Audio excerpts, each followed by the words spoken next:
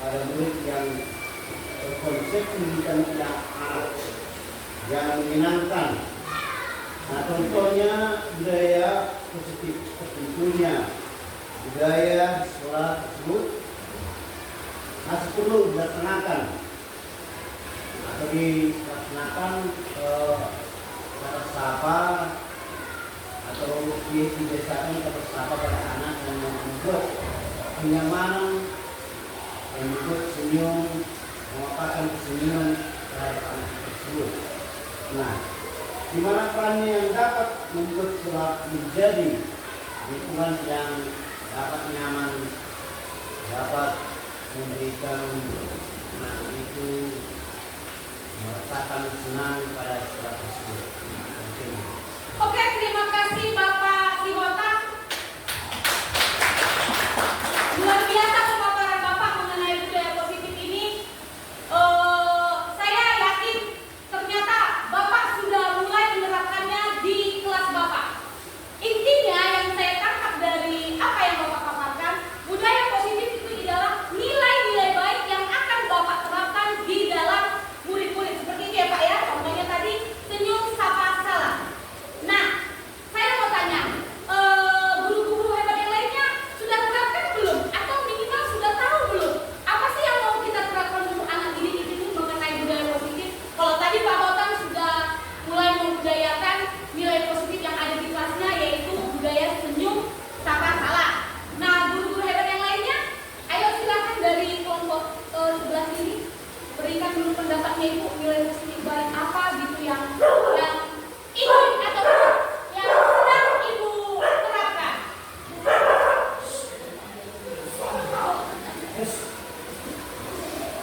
Ayo, ya Ibu. Oke, silakan Ibu. Itu mengenai toleransi dan saling menghargai perbedaan. Oke, toleransi dan saling menghargai perbedaan. Maksudnya ini perbedaan bagaimana Ibu? Mulai dari perbedaan pendapat dan juga perbedaan sosial. Oke, pendapat dan status sosial. Bicara dengan pendapat, berarti ini termasuk kesepakatan kelas ya Ibu. Berarti ketika ada teman berbicara, maka teman sekelas lainnya siap mendengarkan. Seperti itu ya Ibu ya? Oke, baiklah. Itu menurut pendapat dari Ibu Munte. Berarti sejauh ini ternyata Bapak Ibu guru hebat sudah mulai paham apa itu budaya positif, apa itu contoh-contoh dari budaya positif. Dari dua contoh ini, saya sudah bisa katakan ternyata sejauh ini Bapak Ibu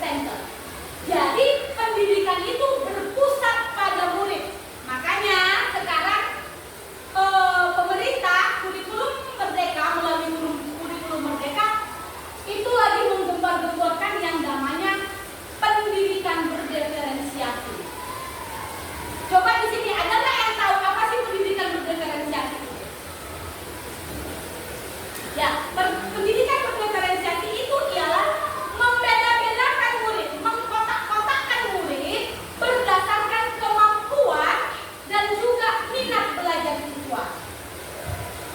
Contoh di kelas 1 ya, Ibu DS. Ada muridnya yang dari TK sudah bisa belajar membaca. Ada juga yang ngerti huruf pun tidak. Ada juga yang bisa lah 3-4 huruf sudah bisa dieja. Nah, disinilah pentingnya salah satu mendiferensiasikan murid tersebut. Misalnya seperti ini, Ibu masuk ke kelas, Ibu kumpulkan saja mereka antara yang sudah bisa letter huruf dengan yang sudah bisa membaca dengan yang sama sekali tidak bisa membaca. Jadi Ibu kasih perlakuan khusus kepada yang kurang ini tadi, karena konsepnya seperti ini, Ibu.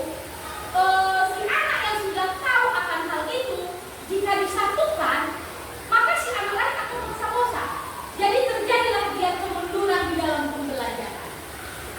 Jadi itu tadi, makanya Ki Hajar Dewantara selalu menggaung-gaungkan the student center. Kenapa? Karena memang saat ini muridlah pesannya ya, kurikulum merdeka ini ya, murid yang suka-sukanya seperti itu. Mbak, namanya juga merdeka belajar, mau disiswai mah terserah murid.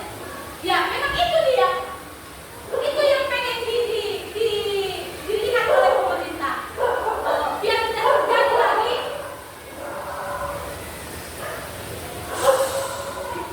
pembelajaran seperti yang lalu-lalu. Itu dia tadi perubahan paradigma belajar dari yang teacher center ke student center. Nah, yang kedua, disiplin positif. Disiplin positif ini maksudnya Ibu, budaya positif tadi itu harus dilakukan secara kontinu dan juga berkesinambungan. Contoh, seperti tadi Pak Otang bilang, jikalau mereka sudah memperlakukan senyum, sapa, salam, ya Bapak ya. Nah, jangan hanya senyum, sapa, salam ini diberlakukan ya ketika gurunya ada aja, ataupun ketika Pak Otang ada aja, enggak. Tetapi disinilah perlunya terjadinya disiplin, maksudnya kesinambungan tadi. Jadi apabila pun Pak Otang tidak hadir atau tidak ada pada saat itu, maka guru-guru yang lain juga bisa mengingatkan. Biasanya yang saya lihat di sekolah-sekolah yang lain, senyum sapa salam ini dilakukan di pagi hari, ya, oleh GPM ya, GPH, oleh guru yang bertugas ataupun yang piket pada saat itu. Jadi ketika pagi hari guru yang piket ataupun guru yang bertugas itu sudah hadir di tengah lapangan ataupun di pintu gerbang. Nah, ketika murid-murid datang, dia sudah kasih senyumnya yang paling terbaik. Guru ini ya, jadi memang jambannya guru estion. Nah, sampai walaupun sakit hati di rumah atau bagaimana, senyum tetap ada. Ketika anak-anak datang, dia kasih senyum, dia kasih salam, baru dia sapa. Halo, selamat pagi, bagaimana kabarmu? Kalau hal apa, taknya mau demam demam. Tetapi mulai di kota-kota budaya memang sudah diberlakukan. Itu bagi yang guru ya petugas pada hari itu. Tetapi ketika di kelas, alangkah baiknya kita buat, kayaknya pernah juga lah orang bapak ibu gurunya berbuat ya, poster-poster ya. Nah, poster-poster yang ditempel di dinding. Yang ditempel di dinding ada dia gambar peluannya, ada gambar peluan, ada gambar salam, baru ada gambar menari-nari. Nah, ketika si anak tadi dalam memulai pembelajaran masuk ke kelas, wali kelasnya di depan kelas, si anak mengantri satu-satu dengan memilih apa yang mau dilakukannya. Contoh, misalnya dia pilih yang ada pelukannya, maka ibu guru tersebut harus memeluk anak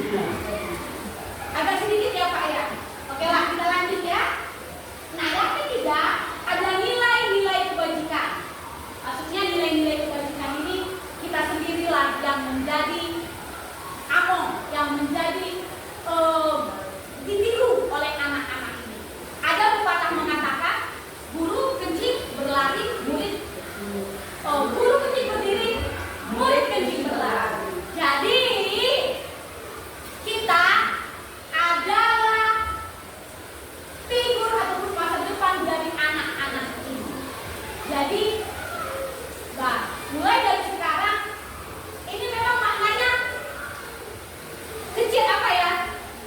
Kata-katanya singkat, tapi maknanya dalam. Jadilah guru yang seguru-gurunya. Jadi mulai dari sini, karena kita adalah amok ataupun kita adalah cerminan dalam untuk anak didik kita, mulai dari sekarang kita tanamkanlah nilai-nilai kebajikan itu kepada anak didik kita. Nggak usah senyum-senyum, ya kan teman-teman sekalian? Oke, yang keempat, kebutuhan dasar manusia. Maksudnya di sini kebutuhan dasar manusia, bahwa sesungguhnya budaya positif ini adalah kebutuhan. Contoh tadi, senyum, sapa, salam. Ini merupakan kebutuhan dasar. Kita pun kalau di rumah, pulang ke rumah udah capek, kita lihat anggota keluarga kita merenung, bagaimana perasaan kita? Agak naik juga tensi dengan Bapak Ibu hebat ya. Nah, jadi ini merupakan nilai dasar juga. Anak-anak, kita lihat saja mereka anak-anak, namun sebenarnya mereka juga punya permasalahan yang sama. Jadi mungkin mereka di rumah sudah kena marah sama mamanya atau bagaimana, nggak dikasih uang jajan. Ketika datang ke sekolah, dia lihat senyum kita, kita salam mereka, kita sapa mereka, kembali lagi minat belajar itu timbul ataupun ada. Makanya ini merupakan salah satu dasar dari kebutuhan manusia itu sendiri. Nah, jadi mulai dari sekarang, marilah kita sama-sama kita mulai cari, kita mulai pikirkan apa sih yang mau kita terapkan untuk anak-anak ini. Budaya positif apa sih yang mau kita buat untuk perubahan akan kebutuhan dasar anak-anak ini. Nah, yang kelima, motivasi perilaku manusia. Saya rasa ketika si anak tadi kita rangkul, kita senyumin, kita sapa, dia akan menyebarkan itu kepada teman-teman. Iya apa iya? Ketika mereka datang dari rumah, halo, apa kabar? Kita kasih senyuman, kita kasih salam. Mood mereka sudah naik, mood booster mereka sudah naik. Ketika mereka sampai di kelas, ada temannya yang jutek ataupun apa bagaimana gitu, ketika dia, hey, dia langsung senyum. Nggak boleh seperti itu. Kita nggak boleh melakukan itu. Tetapi jika kita dari rumah sudah jelek, sampai di sekolah kita marahi pula, otomatis berimbas kepada teman-temannya juga. Iya kan Bapak Ibu kan? Iya. Oke. Nah, yang keenam itu membahas tentang posisi kontrol guru. Nah, ini sama ya seperti tadi, kita harus sebagai guru kita harus bisa menyebarkan nilai-nilai kebajikan kita. Kita harus bisa mengontrol perilaku ataupun sikap kita di tengah-tengah guru kita. Nah, yang keenam, keyakinan kelas. Yang ketujuh itu keyakinan kelas. Nah, keyakinan kelas ini maksudnya begini Ibu. Bapak Ibu di kelas, yang ketujuh ya, Bapak Ibu di kelas bisa kolaborasi dengan anak-anak didik kita. Bisa minta pendapat dengan anak-anak didik kita. Keyakinan kelas apa sih yang mau kita buat?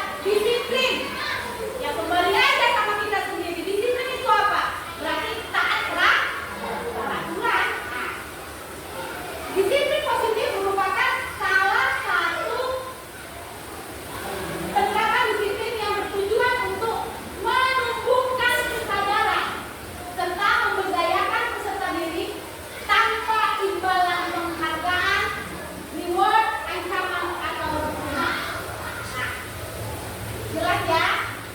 Salah satu kegiatan yang bertujuan menumbuhkan kesadaran. Nah, kayak mana caranya kita mau mendisiplinkan anak sementara kita pun tidak memiliki? Tadi kan kita cerita bahwasannya guru itu adalah abong, guru itu adalah ditiru. Kayak mana caranya Bapak Ibu kita mau mendisiplinkan anak kalau kita juga tidak mendisiplinkan? Itu tadi saya kan? Nah, iya, itu dia. Jadi mulailah dari diri sendiri. Mulailah dari diri kita sendiri, baru kita ke anak didik kita, baru kita ke orang lain. Sebagai pendidik, tujuan kita sama, menciptakan peserta didik yang memiliki disiplin diri, sehingga mereka berperilaku mengacu kepada nilai-nilai kebajikan universal dan memiliki motivasi dalam perubahan perilaku yang lebih baik lagi. Makanya di dalam pendidikan karakter, disiplin merupakan yang pertama. Ya. Kan ada berapa karakter? 9 karakter ya. Profil pelajar Pancasila itu terdiri dari beberapa karakter yang mau kita tingkatkan.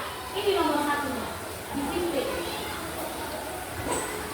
Ini nomor satunya, disiplin. Sebenarnya ini gampang-gampang mudah, gampang-gampang susah. Ya gampang, ya kalau kita memang memiliki disiplin yang tinggi. Ya susah, ya karena kita tidak memiliki disiplin, kan seperti itu. Oke, saya lanjut.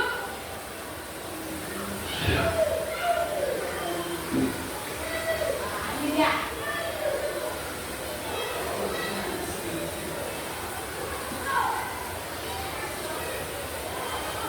Nilai-nilai kebajikan. Nilai yang disepakati bersama lepas dari suku bangsa, agama, bahasa maupun latar belakang.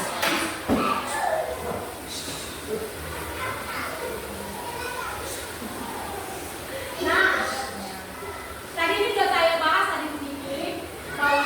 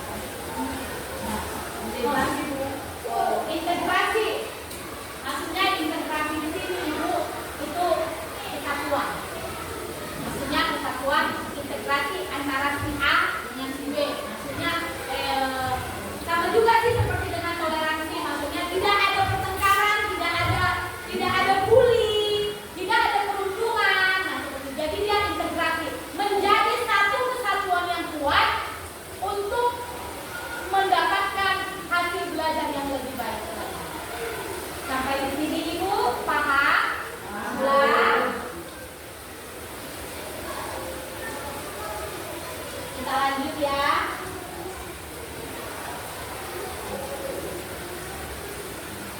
Oke, kebutuhan dasar manusia. Kebutuhan dasar manusia adalah segala sesuatu yang dilakukan untuk mendapatkan yang kita inginkan. Seluruh tindakan yang kita lakukan memiliki tujuan tertentu dan menjadi usaha terbaik yang kita lakukan dalam rangka memenuhi kebutuhan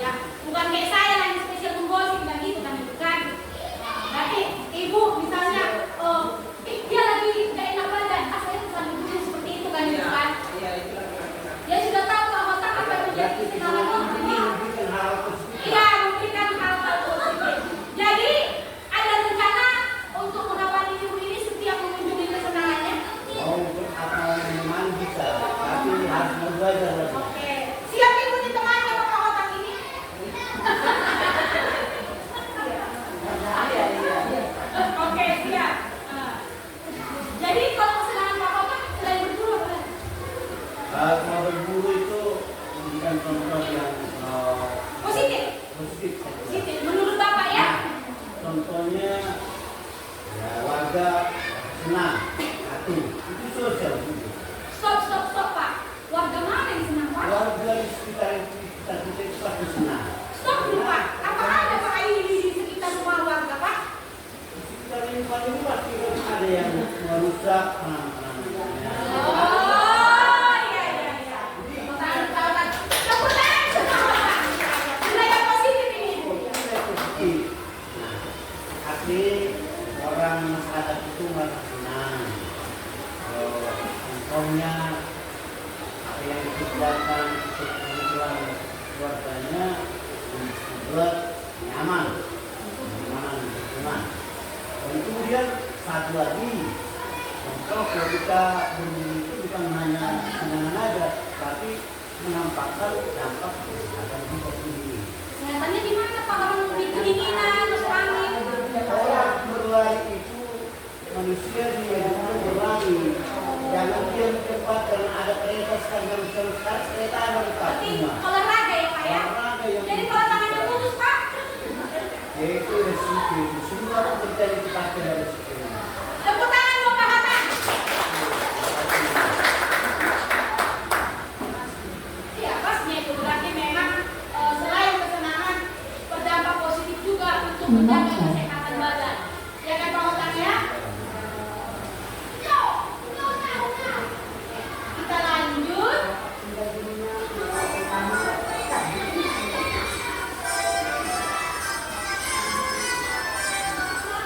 Oke. Motivasi perilaku manusia untuk menghindari ketidaknyamanan atau hukuman, maka itu menjadi motivasi intrinsik. Untuk mendapatkan imbalan ataupun penghargaan dari orang lain, itu juga merupakan motivasi intrinsik. Maksudnya begini, di dalam kita melakukan suatu kegiatan ataupun suatu budaya positif, janganlah melihat kita itu memiliki motivasi yang lain. Nah, inilah dia tadi dikatakan kita melakukan budaya positif tersebut, janganlah kita melakukannya karena ada motivasi intrinsik. Contohnya, untuk menghindari hukuman, untuk mendapat penghargaan atau imbalan dari orang lain. Nah, untuk jadikanlah itu menjadi menghargai diri sendiri dan nilai-nilainya dapat dimanfaatkan oleh orang lain. Seperti itu ya Bapak Ibu. Disconnected.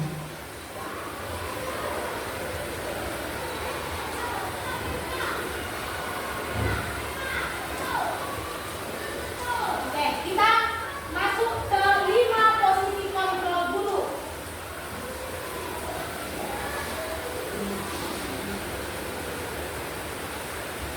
Nah, 5 posisi kontrol guru yang pertama, penghukum. Semua kita begini.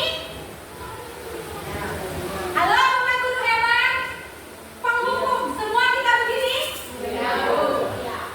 Betul, semua kita penghukum. Apapun ceritanya, guru identik dengan hukuman. Tetapi hukuman yang bagaimana?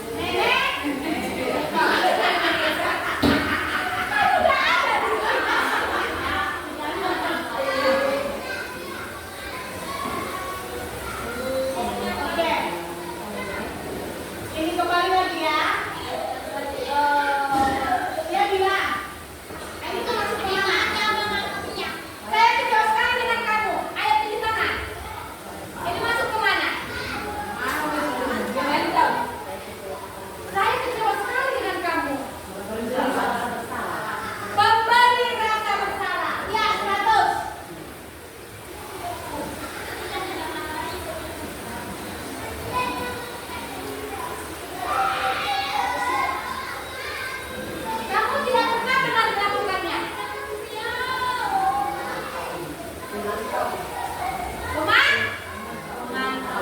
Kalau tidak benar melakukannya, berarti dia sering memantau. Ini benar apa enggak sih dia melakukannya, ya kan?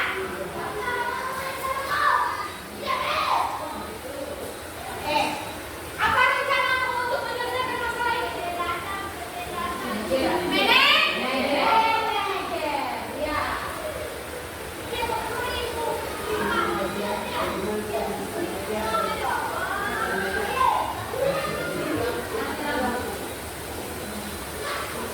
Oke, selanjutnya, ayolah lakukan demi bapak dan ibu. Ayolah lakukan demi bapak dan ibu. Sebagai teman. Selanjutnya, kamu tidak pernah mendapatkan nilai jika tidak mengerjakan tugas. Penghukum. Kamu tidak bisa mendapat nilai jika kamu tidak mengerjakan tugas. Berarti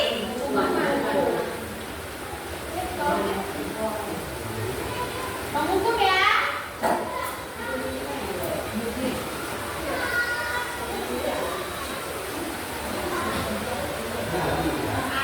Ini yang mau kita bahas mengenai keyakinan kelas. Tadi saya sudah singgung bahwasanya keyakinan kelas ini harus kita buat di kelas kita masing-masing. Apa itu keyakinan kelas? Siapa yang tahu? Samakah keyakinan kelas dengan peraturan kelas?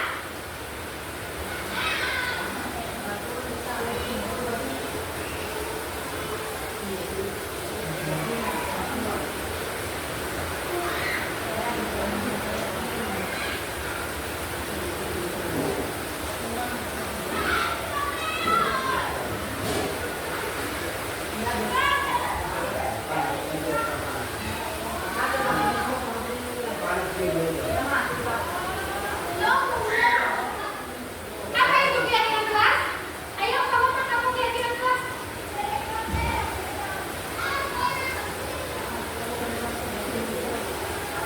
Perjanjian antara guru dan siswa ketika perjanjian antara guru dan siswa yang akan dilaksanakan dalam kelas itu, aturan yang akan dilaksanakan dalam kelas antara guru dan siswa, di mana siswa melakukan mengakses keyakinannya bahwa saya tidak akan melakukan ini. Istilahnya seperti perjanjian. Oke, terima kasih tepuk tangan buat guru yang lalu. Ya, keyakinan kelas itu adalah perjanjian, kesepakatan. Apa sih yang mau dilakukan di kelas itu? Yang dimana itu harus dilakukan dan dilaksanakan oleh warga kelas tersebut. Tetapi itu jelas harus tertulis. Apa bedanya dengan peraturan kelas? Peraturan kelas apabila tidak melakukan maka akan mendapatkan hukuman. Keyakinan kelas tidak. Itu dia.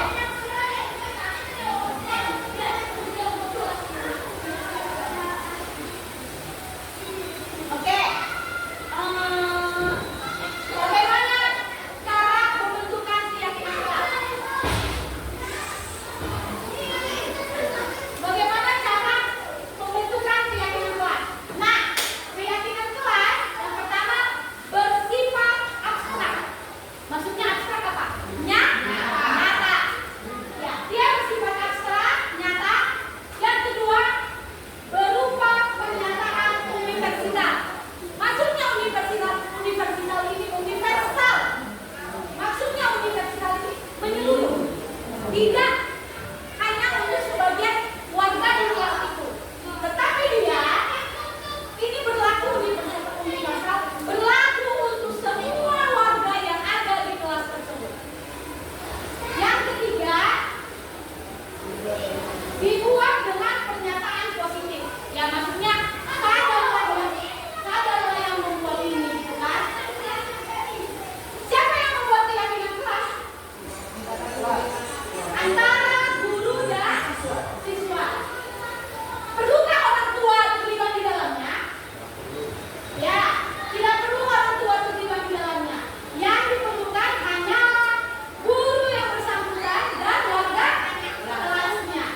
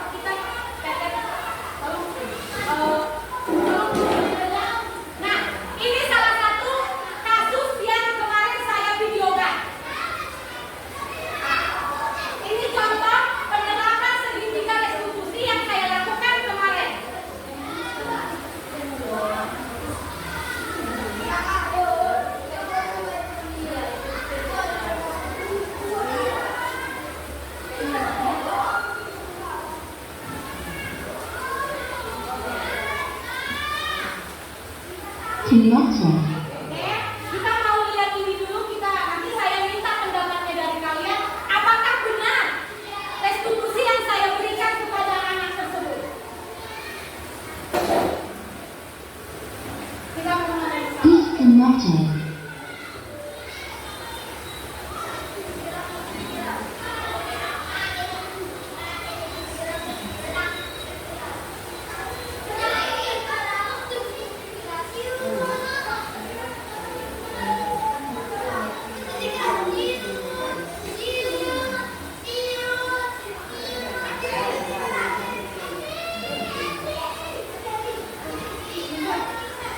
Connected.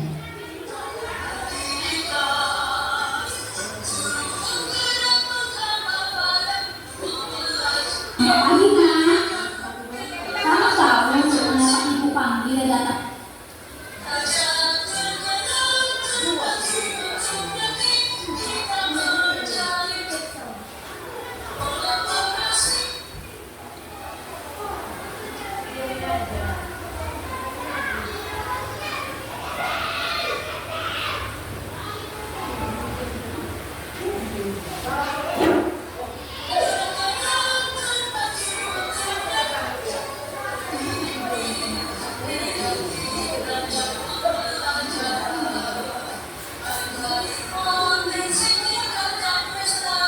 Selamat pagi, Nak.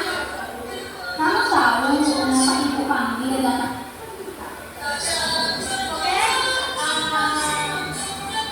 Oke, Bapak Ibu, itu merupakan salah satu kasus yang kemarin saya bawakan. Kebetulan Kak Ketua di sini, saya nggak tahu juga kenapa, saya perbaiki. Nah,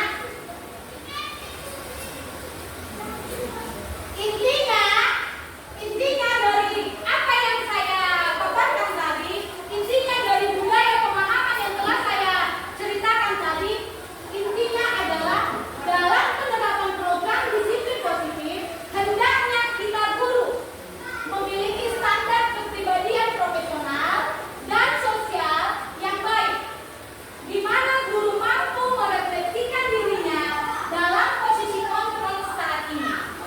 Bagaimana perjalanan dirinya sebagai anom atau manajer yang menuntun murid-muridnya menjadi insan yang mandiri, merdeka, dan bertanggung jawab sesuai dengan standar nasional pendidikan. Ini aja intinya, panjang lebar yang saya terapkan tadi kawan-kawan sekalian, intinya hanya ini.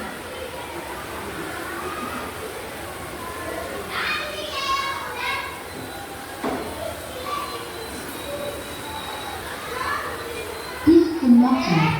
Itulah merupakan pemaparan yang bisa saya paparkan. Apabila ada saran, kritik atau pertanyaan dari guru-guru hebat sekalian, saya bisa menanggapinya. Silakan Bapak Ibu. Apabila ada saran, kritik atau masukan yang untuk membangun persentase saya ini, saya persilakan waktu dan tempatnya. Pemaparan yang Ibu buat sudah sangat bagus dan mudah dimengerti, dipahami. Sangat memberikan motivasi kepada kami guru-guru ingin melakukan apa yang Ibu paparkan tadi. Terima kasih Ibu. Tepuk tangannya mana? Jadi beribu-ribu banyak terima kasih saya ucapkan kepada kalian. Tanpa kalian saya tidak bisa memberikan pemaparan ini. Selamat siang saya ucapkan. Inilah Ibu apa yang menjadi pemahaman saya selama ini. Hampir kurang lebih saya 2 bulan belajar di calon guru tenggelam ini. Jadi kurang lebih saya minta maaf.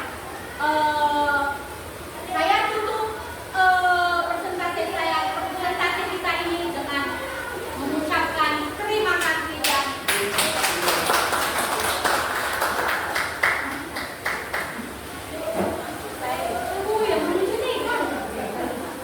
Mari, anakku narik kamu.